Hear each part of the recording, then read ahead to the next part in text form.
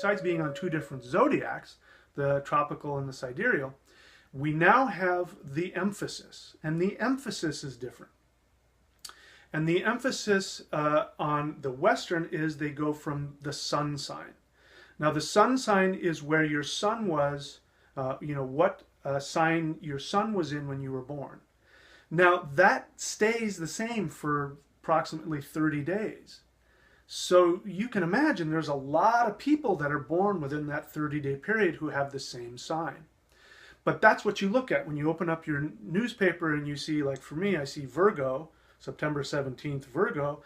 I look at that and, it's really, most of the time it really doesn't apply to me. And that's because it's extremely general, because we're talking about the sun sign, which lasts for 30 days.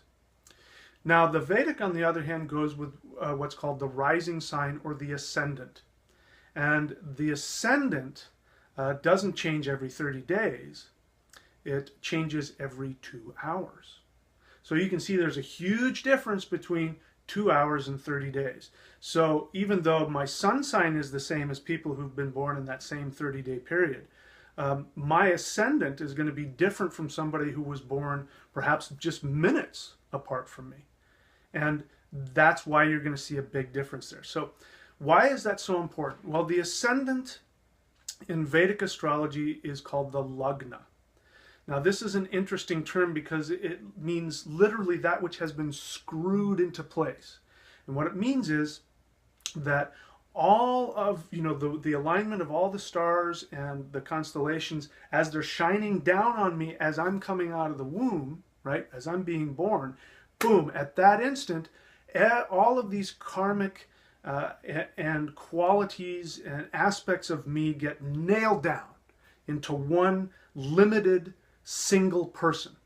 So while I have all kinds of things that are part of my personality, this is the point at which I get screwed down into this body and I become me.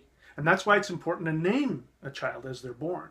And in Vedic astrology, they would know, as I said, where exactly the moon was and what the nakshatra and the exact portion of the nakshatra, the star constellation that was affecting your moon when you were born, and they would give you your name based on that syllable, which is very specific.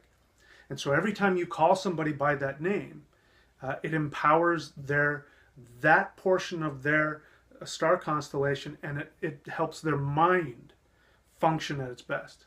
So you can see the mindset is very different. So now you can see how the ascendant and the sun sign go together.